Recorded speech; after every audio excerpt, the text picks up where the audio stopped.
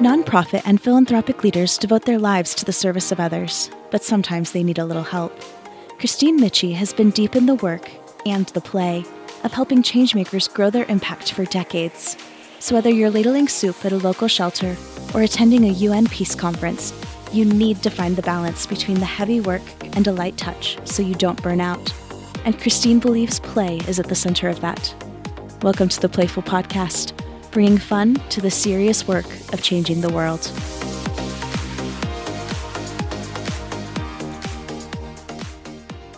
Everybody, welcome back to the PlayFull Podcast. We're bringing fun to the serious work of changing the world. And today, my guest is Kat Guillaume, who is the CEO and president of the Center for Community Progress. And I mean, you've got a bunch of hats, visors, sombreros, you got a bunch of headwear. So that's a hat, that's an affiliation that we want to talk about your work in the housing land space, about how to activate land in communities and a bunch of other things. So welcome to the podcast. Thank you, Kristine. I'm so happy to be here. And I chuckled because when you said sombrero, I was waiting for you to say chapeau, just different ways of saying hats. Yes, yes. Chapeau too. We have been in a series called Brave Voices, and those who are faithful listeners have been really, I've benefited by, and the guests and the audience has gotten to hear from some really amazing folks, and now that's going to include you as well. And I'm adding a little, like putting lime in the soda water. I'm adding a little twist here by also focusing on civic actors and people that are busy at the local level. And this is going to be part of that nuance, new addition to the season of Brave Voices. And it seems to me, and I'd love you to comment on this, given the state of things big and broadly, I am hearing a lot of folks talk about the power of local, and it's always been so, but even maybe more so now. And so to start, I'd love you to talk about your, what's that phrase? Think global, act local. I wonder how that resonates for you in the work you're doing now and have done over the course of your life. Number one, I never heard that phrase, but I am going to start using it, and I will be crediting you, Kristine. I'm telling you right now, think global, act local. And I mean that.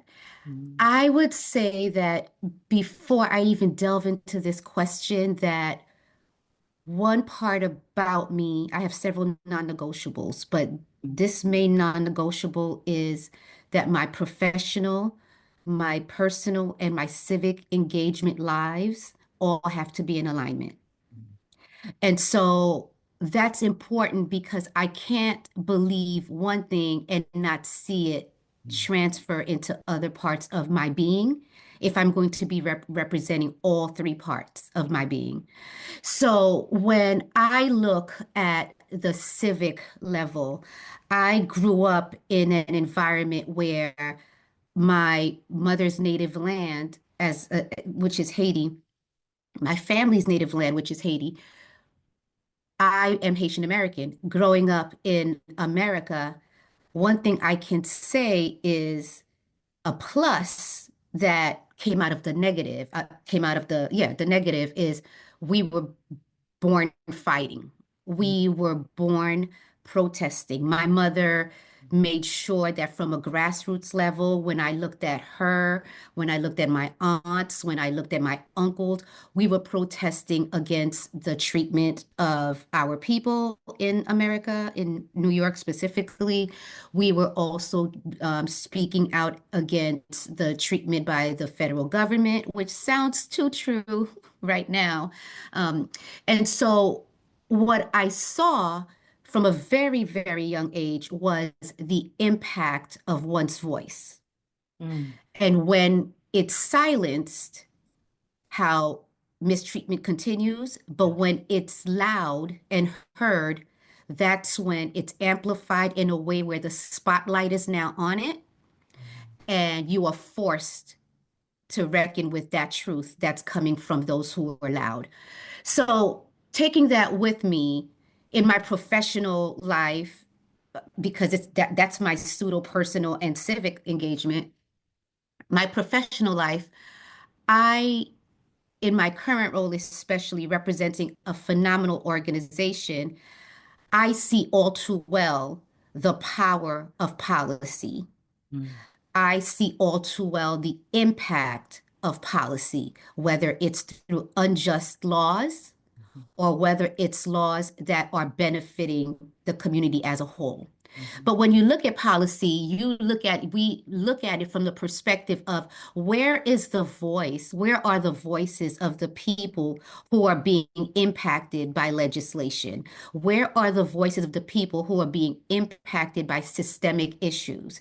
And how can we utilize their voices?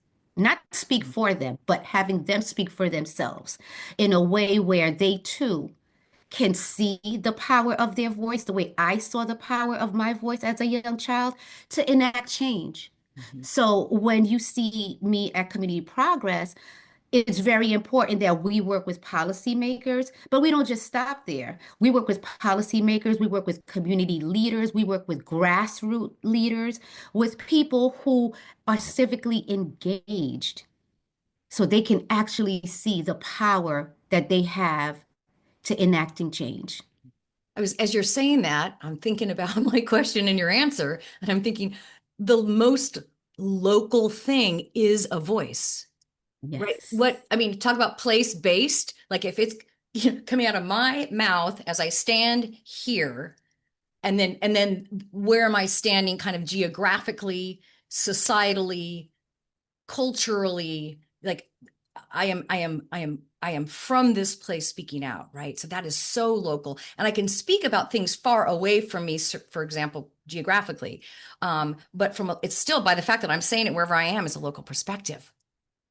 Tell me about, well, let's, I sometimes I back in the back door, and I got to make sure those who don't I know love about it. Center for Community Progress. This line, I love it because it's alliterative and it rhymes and has all the great word juice. Vacant spaces turned into vibrant places. Tell me about what makes your organization specifically. It seems like you have a specific theory of change regarding activating Mhm. vacant or abandoned land, buildings, et cetera. Am I getting that right? And is that the Yeah. magic of the work? Yes. Yes, yes, and yes. And I'm like, again, you're saying things much better than a lot of us are saying it because it's so sometimes you would hear the word blight, which I try to get people not to use. Just from if people have time, if the listeners have time, look up the racist connotation to blight Mm, and you'll see what it means. mm, But oftentimes people say, well, if you can't say blight, what can you say? Or if you don't want to say systemic vacancy, or the issue that you are working on, mm, it's simple. And the way you just said it, Kristine, it's simple. It's literally turning vacant spaces into vibrant places. mm. And one of the things that, if I can go back door also in a Yes. way, is because I loved when you said that, is if you saw probably a good 4 minutes ago, if you heard four so minutes ago, when I started speaking and I said, I've never heard that term, thinking global, act local, right? And I said the key part of what I said was, I'm going to be using that and I will be crediting you for it because I never heard that term and I love it. And it goes into the work that we do. Why am I saying that? I'm using that as an example is one of the main things that at my age right now, don't tell anybody, I'm 49.99 Don't plus tell tariffs, anybody. aka 50. Um, One of the things that I've learned, through life, I used to always hear this, we speak for the voiceless and be a voice for the voiceless. But then I realized that I don't like that term. I don't like that phrase because everybody has a voice. Mm, Everybody has a voice. Some people are whispering so mm, you can't hear them.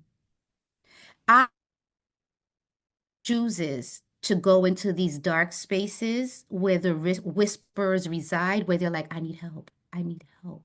mm, They're speaking. You're just not hearing them. They have a voice. But by the time they see that no one is seeing them, not hearing them, but seeing them and hearing them, they begin to shout. And Mm. by the time they're shouting, that's when you start seeing looting. That's when you start seeing the systems, the unjust systems be at play. So I always say that everyone has a voice. And so what I do is it's my job to listen, to go to places where people have voices, go to meetings, knock on doors, have your meeting. If there's no meeting there, create one. Yeah. Get the voices and then credit the voices. Mm. Yeah. Yeah. I can say I heard this wonderful saying from Kristine Michie the other day, and I have to say it, and stuff like that. Give them Yeah. the credit. And when it comes to the work that we do as a collective in the community progress space, it's important for us to, number one, go where we are invited. Mm-hmm. We're not interlopers. Mm-hmm. We're going to go where we are invited, and we're going to make sure that the dreams that the community members have identified as their wants is lifted. Yeah. And it's not, this is what community progress wants, this is what community progress is saying that you all need to have or do. No, because we don't live in said community. The residents, the jewels of the communities are the ones that are civically engaged or should get civically engaged, and they are the ones that have that true power. Yeah. I'm gonna give credit to someone. I wonder if you know Travian Shorters at Beamy Community. I don't. Ooh, okay. So I'm gonna lift that up. He's been on the podcast, and he is a man of many things, including he is a real guru around asset framing versus problem framing. Mm, And when I heard him speak and thought back to my start in my career in the nonprofit sector 33 years ago, the first I went to UCLA and took a grant writing class. I was transitioning from being a journalist to being working in the sector, and so I'm like, I would go ahead and write a grant. And the thing they taught us first is how to write your problem statement. And that yeah. is like our sector is like obsessed with its problem statement. And I understand that we've got this model that tries to solve the biggest problems of all with no revenue stream other than the like generosity of others, and a tax deduction, perhaps hopefully still always. Um, but but it starts to with and he so whenever I'm now writing things and talking with folks, I want to think like, wait, whoa, don't start with the problem statement. What's the asset framing for Mhm. for whatever this community opportunity is? And I hear that Yes. in you identifying and making sure to credit those who are in the place where you have been invited in to work some of your magic. Yes, Yeah. yes. And so when you're saying problem statement, I am operating from what's my promise statement? Yeah. What is my promise statement? And I promise to lift up the voices of those who were impacted Yeah. or who can or will be impacted. Yeah. And by doing that, that's where you actually get the true data. Because I always, this is another catism. There are several catisms. I'm probably going to drive you crazy. Um, but I always say, and this is no knock. I work with a lot of phenomenal people and a lot of folks who are in the urban planning space as far as community Yeah. development is concerned. Well, I'm coming from the lived experience space. Yeah. Hmm. So I usually say the data that urban planners have, they got from me. They got from people, not Mm. me directly, but the people who have the lived experience, the people who you go when you say I studied and 180,000 people are experiencing X, Y, and Z. How do you know they're experiencing that? Oh, because you spoke to them, right? Yeah. Because so I usually say, do you want the data or do you want the raw data? Because Mm. I'm the raw data and I Mm. will credit those who give the raw data. Yeah. Pat, how do you, I'm going to bring a little playfulness in here. How have you found play and a bright spirit, which you obviously have, to be an effective introduction to the gifts you're going to bring into a community meeting or into a community more broadly? So it's interesting because one of the byproducts of having lived what I've lived through is as horrific as I can say some aspects of my childhood had been, I also found opportunities to smile. I also found opportunities to be grateful. So I always operate from a space of small wins. Mhm. And I'm going to be honest, Kristine, even in this climate that we are living in right now, nonprofits and people who just want to spotlight what's happening in communities things that are unjust and how we can try to help our neighbors.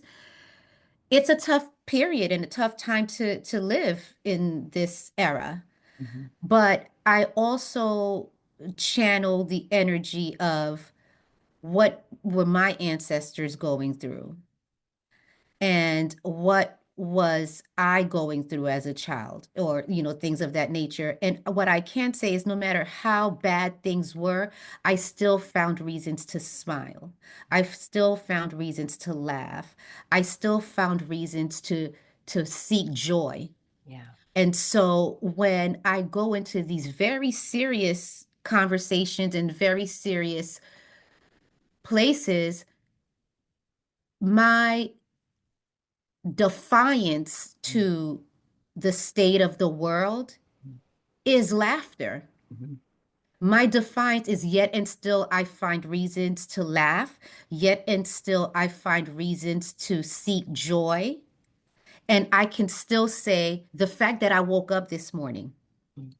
to have something to complain about, to have something to address is joy. Mhm. So if I'm walking into a room and I'm like, we're all here Yeah. in spite and despite of. So let's just all, can we all recognize that? Right. And then you see the shift Yeah. of how because people are like, I'm ready to tackle like this seriousness and blah, blah, blah. And I'm like, but wait a minute, we're not broken. And one of the things that I say on the professional side is unlike vacant properties, Mhm. unlike vacant structures, we were not built to be broken. Mhm. Now, maybe that's the faith-driven person in me. I'm a person unapologetically, a person of deep faith. My organization is not a faith-based organization, but who I am, Mhm. I am guided by something much greater than what's happening on this earth. Mhm. So for me, I tend to always go into that safe space Yeah. of making sure that I find a little bit of joy. Yeah. And if joy means we are awake, even in the midst of chaos, we are all awake to address this chaos. Yeah. That's a lot of joy, if you Yeah. ask me. And I don't know if you've been noting it, amongst our peers, it feels like there's a claim to the joy right now. You Mhm. can't take our joy kind of mindset. I did a post on LinkedIn about all hail the out of office message because I about 5 or 6 weeks ago, Kat, I was getting so many out of office messages from people who I know are leading organizations in the middle of the work, in the crucible, right? And they're like, away with the family, had to take a break, see you in 3 weeks. I was like, oh boy. And then, Kat, I got 24,000 impressions on this post. I think the Yes. most I've ever gotten is like 4,000, which I was patting myself on the back for. So I was like, it's resonating. And I think PlayFull Podcast, like the energy around these conversations, I often get asked, like, how many people listen to your podcast? And it's such a hard thing to measure because, people just listen and you don't even know if they didn't do anything about it. You never know. But I'm more interested in another thing I can't measure, but I know is happening is a joy metric. There's Mm. joy transfer. And I would say I got to talk to your wonderful team, your kind of communications team to set this up. We had joy. And you and I had a phone call. We got some joy. We hadn't even had done this I yet, know. right? Then we're ordering ice cream, which we're going to eat in just a minute. That was fun and joyful. And in the midst, and none of that was a break from the work. It was like we wove it in. And I think that's a resiliency strategy that we can keep permissioning each other to do. Yes, because we're deserving of it. Yeah. And you know, one of the things that I try to do, especially as I go around and I have to speak, sometimes I'm speaking engagements, or if I have to do an event. We recently hosted an event in Detroit, a conference, and joy was, you know, especially again, living in this climate that we're living in right now, it can be very lonely. You Mm, know, when you're watching the news, when you're listening to what's next, like, oh gosh, what's next? What's next? And while you're having a conference, you're not expecting three, four, 500 people to be in your home at the same time, watching the same program, being depressed or whatever you're going through. But there's something joyful yeah.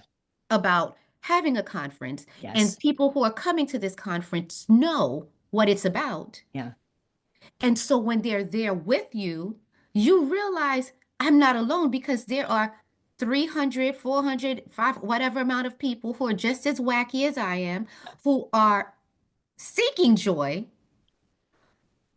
by seeing the seriousness Mm, mm, in camaraderie mm, because they already know the issue is serious when they're at home. I know the issue is serious when I'm at home, but there's nothing like being with like-minded mm, individuals because now I have the permission to laugh.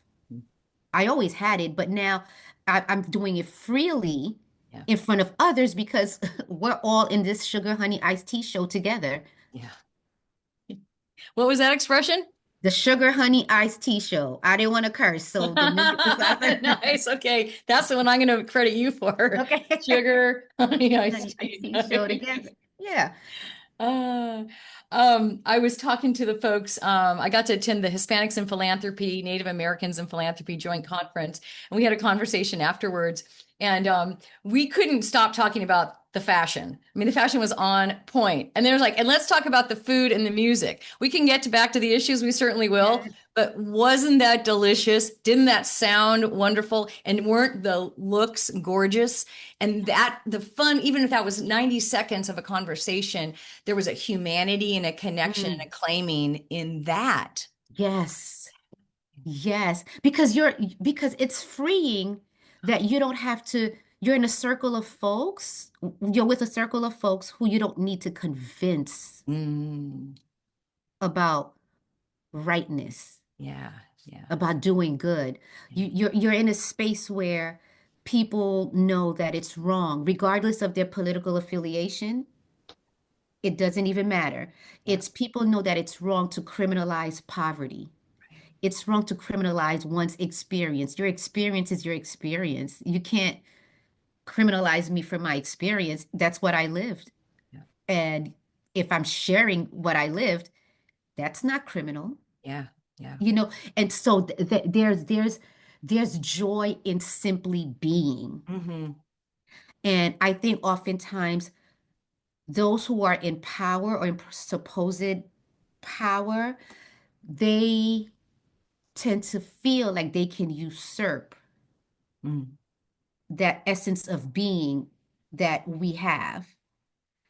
And the fact that no matter how much you can try to break me, unlike vacant structures, I wasn't built to be broken. So I'm still gonna laugh, yeah, yeah. you know. So Yeah, I was talking to a friend about so since the inauguration, I have basically turned off the news. I mean, I turned off the notifications on my phone and all of that. And I'm just because of the work I do and the people I get to know, like yourself, I'm up on things because the people I know are doing the work. But she was hesitant to, she's like, I feel it'll be so weird if I feel uninformed. And I said, here's a take on that I'm exploring, which is that I do not need to be informed about the latest travesty, the latest injustice, because what's indelible and eternal is love and joy and mm, justice. And I don't need an update on that. I know that's as important today as it was yesterday and will be as important tomorrow. And so like I'm going to keep building that muscle. And if I'm finding that the updates of the tragic are mm, pulling me away and bogging me down and spoiling my spirit, and I won't be able to mm, do what I know is eternal, yes. I don't want to do that. So I'm Mm. I'm I'm sticking with it. I'm with you a Yeah. 100%. I stopped. I remember. I recall 2016. I started seeing the impact on my mental health as far as news was concerned. And I had a young child. Our youngest at the time was in junior high school, aka middle school. I was in where I live, they call it middle school. And I just saw it's one thing for me to tackle something, it's another thing for me to be having to explain it to a child. Yeah. And then 2020 came, and I was like, well, maybe, things are going to be different news wise. Mm, I still was like, no, you know what? With the work that I do, I'll just focus on policy, which I have to, Yeah. Yeah. right? And so for me, gone are the days. So I grew up in a household very poor, extremely poor, single parent household.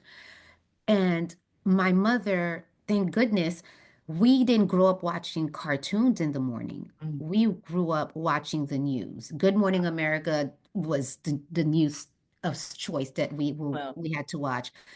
And then as I got into this stage right now where I was like, the news is so toxic, yeah. this is post 2016, I would turn it on for traffic, weather, and that's it. Like, I don't want to see anything else. But on the policy side, I would just literally look up what policies are happening to try to tune out that noise Yeah. because I need to know what's happening Yeah. for the work that I do, but Absolutely. I don't need to hear all the nastiness Right. that is attached to the policies Yeah. that are being enacted. It's I've horrible.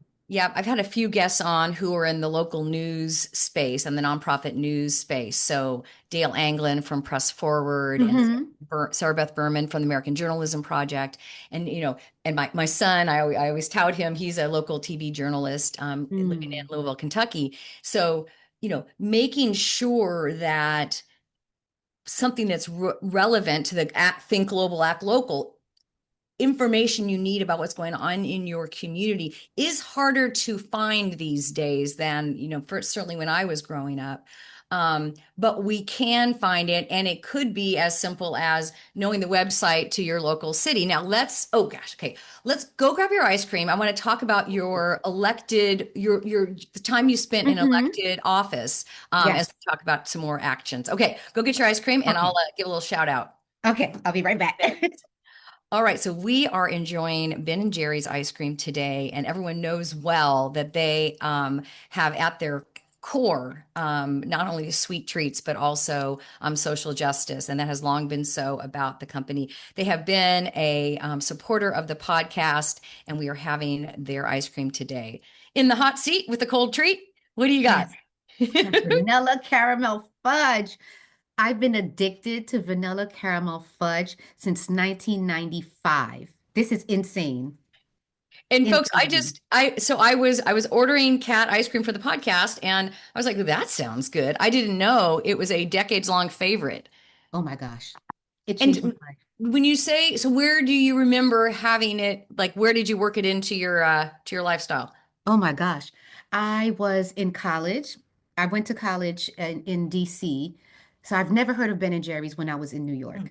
When I came to DC, I went to Howard University. Shout out to Howard University. Mm-hmm. I came in 93, and my roommate by 1995, she worked at Ben and Jerry's. You just get these jobs while Mm-hmm. you're in Hmm. college. And she was able to bring home ice cream, and she had me taste vanilla caramel fudge, and I lost my mind. Lost my mind. So this is 30 years Oh my God. in the making right I love now. it. This Like is all full so crack. very meant to be. I am having American Dream, which is the Stephen Colbert flavor. And I thought, Ooh. given some of what's going on in the news lately, giving Mm, a shout out to our mm. friends and commentators in the entertainment space who are Yes. representing and testifying. Stephen Colbert is one of those. And so this ice cream is vanilla ice cream with fudge covered waffle cone pieces and a caramel swirl. So kind of like Ooh. yours with a little crunch. Yes. And vanilla caramel fudge. And yes, shout out to the people who are taking a stance on choosing to be on the right side of history. Yeah. Because when you make that choice, and that's how I started by saying, if you remember, Kristine, that it's important for me to be on to make sure Mm. that my civic, personal, and professional lives are all in alignment. Yeah.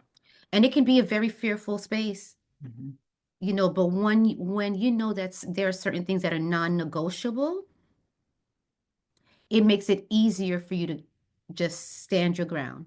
Yeah, I agree. I mean, And yeah. I never thought as an American that I would have my fingers poised above my keyboard and I would be trying to decide whether or not I would use a certain word or hit send or post something Hmm. because of who might be listening and what repercussions there might be. I really cannot believe it.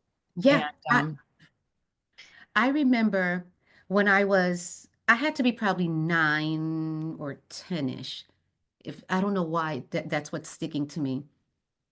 And I went to Haiti. My mother at the time would make sure that for vacations we would know her homeland so I would be my grandmother and my family and the Haiti that you don't see yeah. on the news. The beautiful out. So I walked the streets and my mother walked, and I remember there was one person who had a telephone in their home, one household that had a telephone. So we would go to this person's house and we would make the phone call to our families who lived abroad. And they had a calendar. I'm dating myself here. I'm aging myself. But back in the day when they had calendars with Hmm. turning just different faces. And so Right. there was the Haitian dictator, um, Baby Doc, Jean-Claude Duvalier, and his wife. And I was like, oh, this man is, I mean, imagine an 8, 9-year-old saying Yeah. this. I Yeah. was like, this man is ugly. Like he's ugly. But I was saying just like, oh, he's not attractive. And I remember everyone saying, shh, Oh, you wow. can't say that. Like, don't say that. Don't say that. You don't know who's listening. And I'm like, what are you talking about? Like, I just saw a calendar and I was like, who's this man? Oh, he's ugly. And they were like, you don't know who's listening. It's very dangerous. And that stuck with me, like how, like, wow, that's insane. Right. To now, here it is, 40 plus years later, it's that climate of, can I say this? Can I say that? Like it just I took me do. back to my Yeah, childhood. yeah, yeah. I remember thinking over the years, if I had been alive in the 40s, right, during Mhm. the Holocaust, how would have I shown up? If I had Mm. been old enough in the late 60s, would I have gone down to support the bus boycott? And Mhm. here I am. Guess what?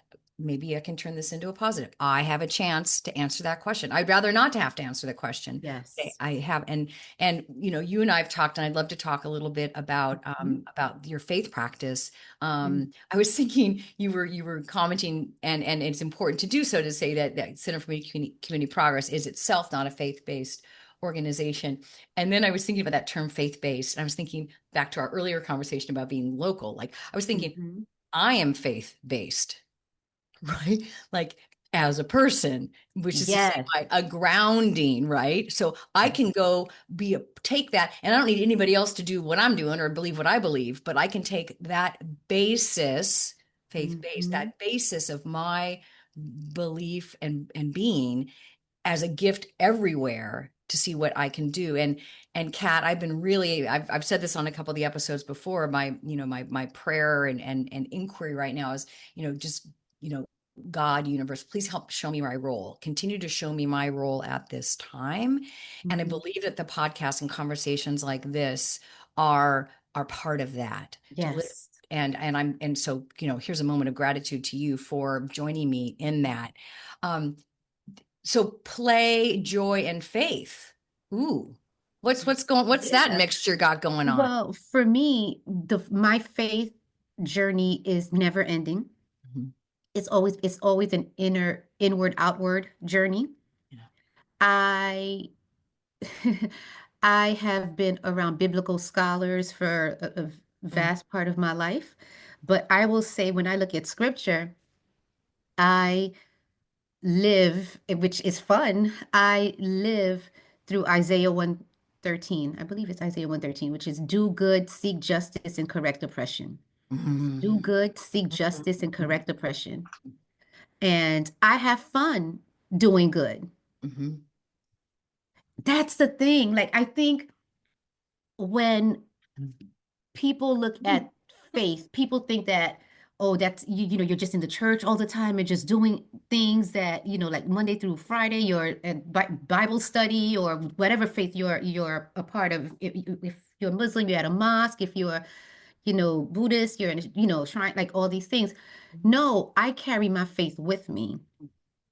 And when I carry my faith with me, that means behind me every day, when I wake up, I hear do good, seek justice, correct oppression in your civic engagement life, in your professional life, in your personal life. So, what that means is when I'm making decisions, there's absolutely no one in any aspect of my life that can say that Kat did this to be malicious, Mm. because that goes against what I stand for, which is to do good, Yeah. seek justice, and correct oppression. Now, you may not like my decision, Mm-hmm. but you know, if I have to make a decision to not give a raise or something, or to um, not pass a certain law, you know, not vote for a certain legislation that is being introduced, or to just simply not co-sign on what said people are advocating for because it goes against what I believe, I am going to do that. Case in point, I um my faith tells me that I have to do good, seek justice, and correct oppression. So when people of Mexican descent were being discriminated against and there's a protest, I'm protesting with them. I'm not of Mexican descent, but hey, I'm with you. The LGBTQIA community, I'm not of that community, but I see what's wrong and I'm Yeah. going to protest with them. Yeah. Same as Muslims, when they're being targeted. And I think that's where, when you think about taking it with you when you're doing your work, you should always think about, in the eyes of community development, Mm. what does justice look like? Mm. And if you're doing good, it should be fun Yeah. doing good, Yeah. because you should feel good doing good. Right. Right. Right. Now, I have to say this, Kristine, what's bad, what feels bad in a way, is when I feel, I'm human, right? When I feel like the people who do bad, they get to sleep well at night, Mm.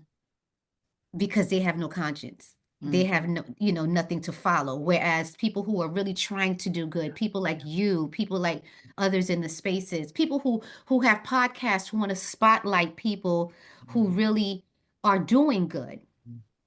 they're the ones that, you know, sometimes have sleepless nights because they're trying to figure out, how can I Yeah. not just seek justice, but make it a reality? Yeah. Yeah. I mean, I don't know if I should take comfort in this, but I've got to believe that the inner life of those people who are spewing hate and vengeance, I wouldn't trade it in a million years for Mm-hmm. whatever quote unquote, like you were saying, power they might have at the moment. Um, but you're right. Yeah, this, like, I was before I started the podcast, coming up on almost, it'll be 3 years at the turn of the year. I was working on a book called Save the World and Still Get a Good Night's Sleep. And that same kind of like that's this in the PlayFull Podcast, bringing fun to this, like that duality, trying to be able to have both things. Now, as we start to wrap up, usually when we eat ice cream, I ask for the play on words. What's the scoop on how you came to care? You shared a little bit about activism at an early age. Any specific memory that might answer this question? A memory of realizing the world was kind of bigger than, you and your little, just kind of close by family, maybe your block, but that you felt a responsibility to be engaged in something larger. Yes, two things. Yeah. One was seeing my mother and family protest. They shut down the Brooklyn Bridge Mm. in I believe it was the late 80s, early 90s. They shut down the Brooklyn Bridge because at the time, the US government had started a rumor that Haitians were the ones bringing AIDS into the country by messing with monkeys or just stuff like that. And Mm. as egregious as that was, what overpowered that message was when all, I swear it felt like all Haitians in In the state America just region. Yeah. came to New York and they just took over. They shut down the Brooklyn Bridge and they demanded respect and they were loud and we protest and we're also jubilant and talk Yeah. about joy. We Yeah. protest, but what we're like jubilant in our stance. Yeah. And we demanded a retraction. Mm. And for me, I'm like, here it is growing up in an environment where people are always making fun of Haiti or Haitians. I was made fun of. They said I had HBO, and I was like, HBO, oh, that's Haitian body odor. Like just things like that. And to see that my people were like, oh, you can do all these things, but now you went too far. Yeah. Shut it down. And that's when I saw, oh my gosh, we're all over the news. Yeah. There's my mom right there. She's on the news, seeing everybody. I mean, thousands upon thousands, and we can Google it, right? Yeah. Haitians shut down Brooklyn Bridge. The other experience for me was my was happened to me directly was I am fourth generation born in poverty, Mm. generational poverty. And although I'm first generation Haitian American, my mother's generation and her grandmother, my grandmother generation and her grandmother generation, all maternal side, grew up in generational poverty. My mother was a scholar, Mm. but she fell on hard times, and in turn, she was educated in Spain, but came to the United States pregnant Mm. already and had me. And while in Spain, and pregnant, I occupied her womb as she was experiencing homelessness. Wow. So she came to America and tried to make a life for herself and my older brother, but there was an insignificant other in our home. And her insignificant other was a crack cocaine addict Mm. and also an abuser. So he abused me in every which way possible, physically, sexually, emotionally, verbally. And again, being that he's a crack cocaine addict, whatever we would have, Mm. whether it was for Christmas or our birthdays, he would then take it and sell it for more drugs. And we're living in a impoverished community. So, which with Caribbean folks of Caribbean descent and others. And so when he wasn't in our home, he was outside hanging at the vacant lots with his fellow drug addicts and dealers. So I was being terrorized in the house, being terrorized at home. And I also saw how it felt Mm. to be to be unseen, Mm. to actually see that I have a voice and no one was listening. And I saw how it felt to be Black, dark, and immigrant, Haitian, poor, Mhm. and now abused, and nobody doing anything about it. Before I left to go to college, now the person, and my mother, out of fear of being homeless again, this time with two children by her side, allowed our abuser, her insignificant other, to stay. So that made me always say, like, if we had more money, if we had opportunities, if we had dignified housing, would we be in this state that we're in? And before I left to go to college, I saw my neighbors, these people who look just like me, immigrants, they had enough of the vacant lots looking at the way Mm. that they look, having trash, having the drug addicts, like everybody there, and they took over the lots. They chased those folks out of the lots, they cleaned it up, and now those lots today, one is a park that's in the New York registry right now, New York Park Registry, called Uma Park, that brings life and hope to everybody. The other one is a dignified, affordable housing structure. Mm. And so I say that because I got to see people who look like me, people who grew up in my neighborhood, people who are still in my neighborhood say enough is enough. We deserve more. So that fueled me Yeah. to continue to activate and Yes. advocate. And so I took the career path that I took because of what I had experienced. One, by witnessing my mother, who learned how to do all these things because of her grandmother, my great grandmother, who I'm named after, because that's another story. She was a bad ASS, my great grandmother. Yeah. You know, she went to jail several times for protesting. So being able to witness my mother do that, Yeah. and now witnessing my community members fight for what's right, I had no choice to just do what I was doing now. Yeah. No choice. Thank you for sharing that part of your lived experience that fuels you and is as vulnerable and intimate and powerful. Thank you. Okay, so as we wrap up, I wanted to make sure we get to talk a little bit about your time serving as an elected member of the city council, Yes, which is yes. another way to be have impact like you've had. And then so a little about that, and then any sort of call to action regarding any of the work you're doing right now that audience members can attach to and support. Thank you. So before I talk about the legislative side of my life, what I will say is, please, our theory of change really starts off with education. Mm. We do a lot of things, but the entree into the work is through education. So if anyone listening can please go on our website and go to www.communityprogress.org. That's one word, communityprogress.org. Please go there and see what we do, and you will actually get an entree as to how you can get involved and how you can get an opportunity to see your dreams become a reality for your community if it's impacted by systemic vacancy. So just want to say that. Now, my legislative side, I can say that, and I stress for everyone who's listening, please take advantage of attending Mm. meetings, attend council meetings, attend zoning meetings. People are, I'm going to be honest, people are banking on citizens not God. attending. And let me take the word citizens out of the equation because right now it's so Yeah.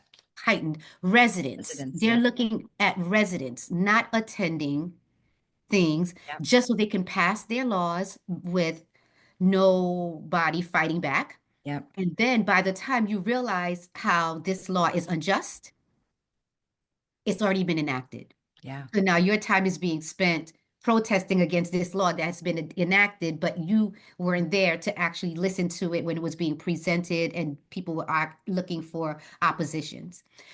I was always civically engaged. I sat on the housing authority before.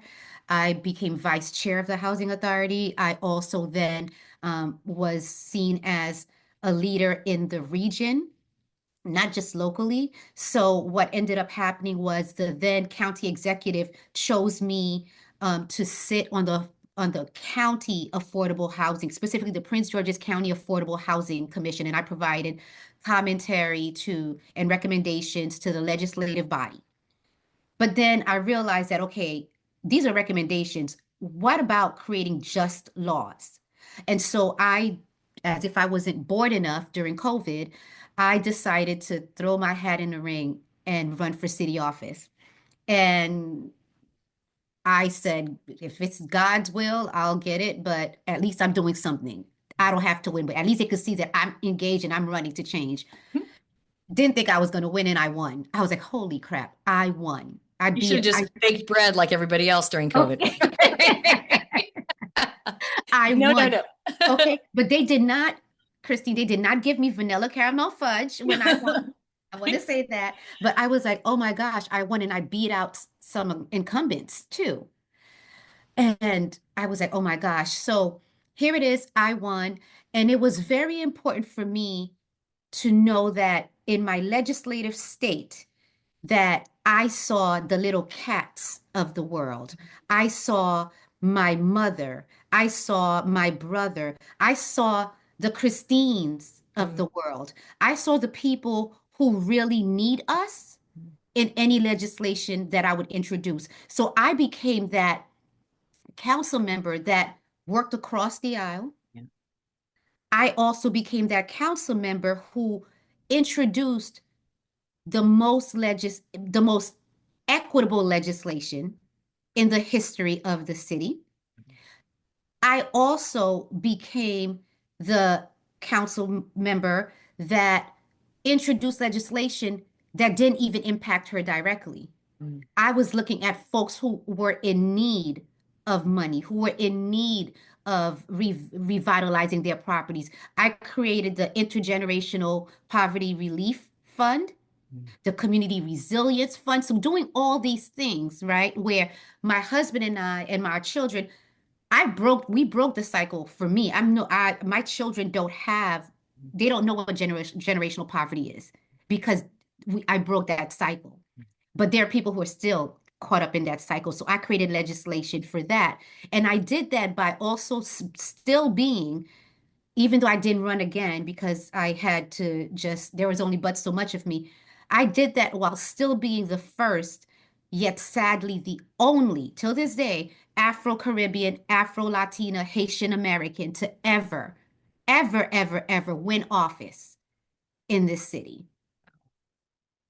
And your city is Glenarden, is that right? Yes, Glenarden in Prince George's County, Maryland. And it's interesting because there are a lot of Caribbean people who live here. Yeah. There are a lot of Latinas that live here. I also was one that when I ran, I had my pamphlets written in Spanish and in English, and I spoke French Mm. to the African community who spoke French. So I was able to connect with different folks, whether it was Haitian Creole, whether it was French, whether it was Spanish, whether it was English, obviously. But it was important for me to come into leadership knowing that I am representing Mm. their voices. Yeah. So again, the same way I lead at Community Yeah. Progress, the same way I said, I heard something from Kristine that I have to quote her by, is the same way I could say, I just met with a resident Yeah. who lives on X and Y street, and what they shared with me. Yeah. So again, I'm taking their voice and I'm amplifying it because it's their voice. I'm not speaking for them. Yeah. Yeah. They're here. And I also force them to engage. And in turn, when they see that, wow, this legislator actually saw me Yeah.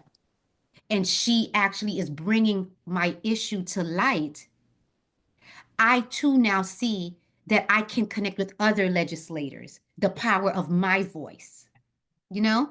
Yeah. Okay.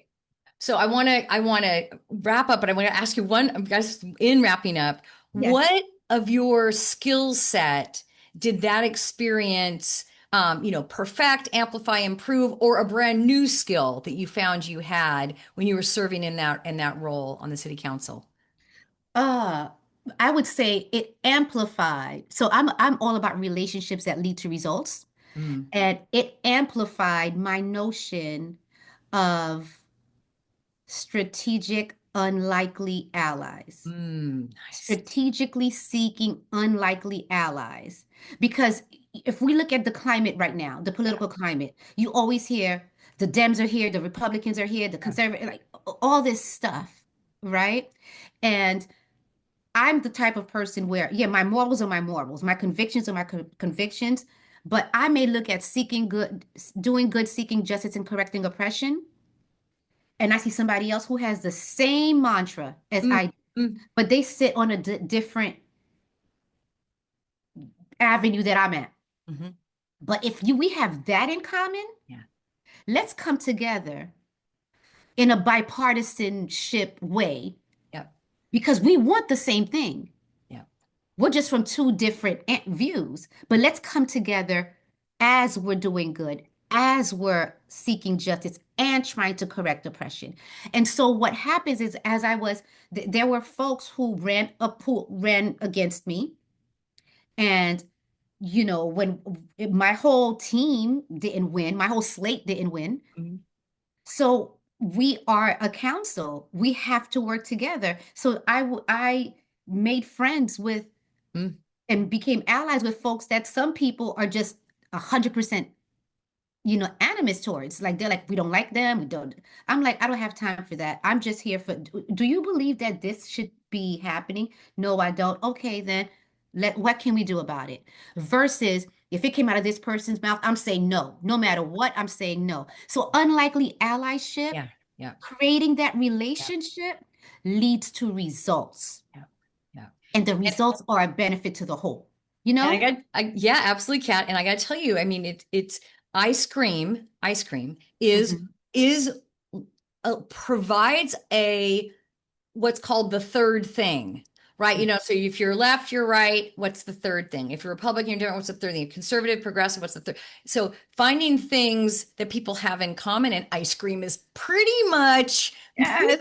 100%, you know, you can find people, and it can create a moment um where I get to have the surprising pleasure of enjoying something with someone.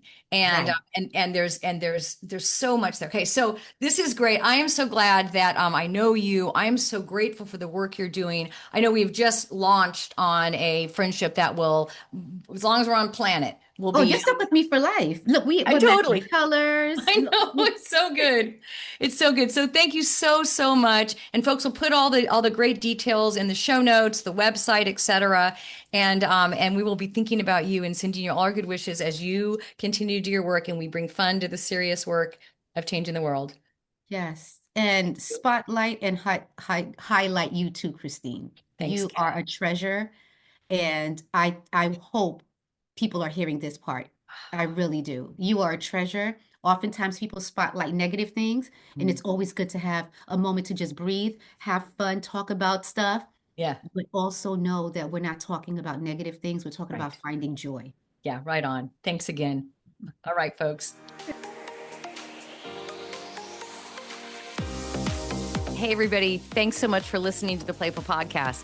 If you enjoyed the show, please rate and review it on Apple, Spotify, or wherever you get your podcasts. And if you know of a leader or organization that's doing good in the world and you'd love to help us help them amplify their message, I would love to have them on the show. Go to the show notes and click there, or go to impactfulinc.com/contact. And that's impactful with 2 L's, inc.com/contact. And let us know who you're thinking about. Can't wait to see you next time.